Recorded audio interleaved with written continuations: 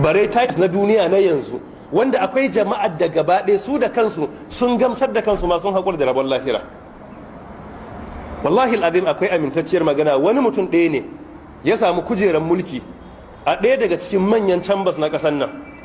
Shi ya tashi yana academic cycle sai ya ci zaɓe, ya saba ɗan albashinsa yana karɓa a jami'a 100 da yanka zuwa 200 da yanka, tsanani ya kai 300 ko wani abin da ya kama da wannan at that time. Da ya je can kawai yana zaune sai ya ga alert kuɗi ya shiga akawun ɗinsa, miliyan nawa, ya ga wajen miliyan 15. Ya ce kai wannan kuɗin kuskure ne, don shi bai taɓa tunanin ma zai mallaki miliyan 5 ba a duniya, balle miliyan 15.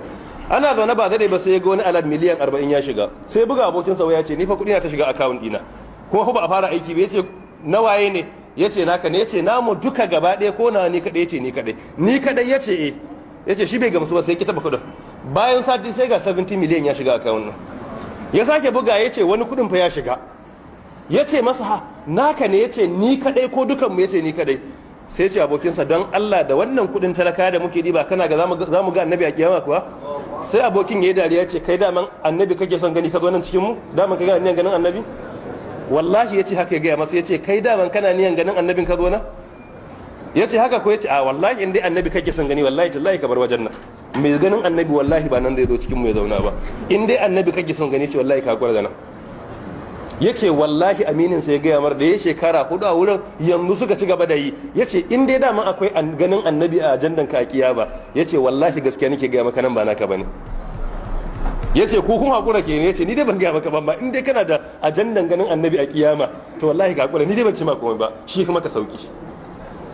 Wannan fa shine shi self examination da yawa kansa, shi ya riga ya cire ganin annabi a cikin ajandarsa, kuma ya ce duk mai son ganin annabi ya bar wurin nan, in dai anan ne. Ya ce wallahi in dai kana son ganin annabi ka hakura, shi maka alkhairi. Ya ce ba wai magana ce ta wasa ba, duk wanda ya buga cikin aminan sai su ce kudin ya maka yawa, sai ya ce sai su yi dariya su ce kai ba kauye ne. Ya ce to waɗannan talaka suna kwana da yunwa, suna kwana babu abinci, asibiti ba magani, mu zo muna ɗiban wannan kuɗin kuma mu ce Allah zai dada mu, kuma mu ce talaka muke wakilta? Ya ce wallahi ba su muke wakilta ba, yaudara su muke yi.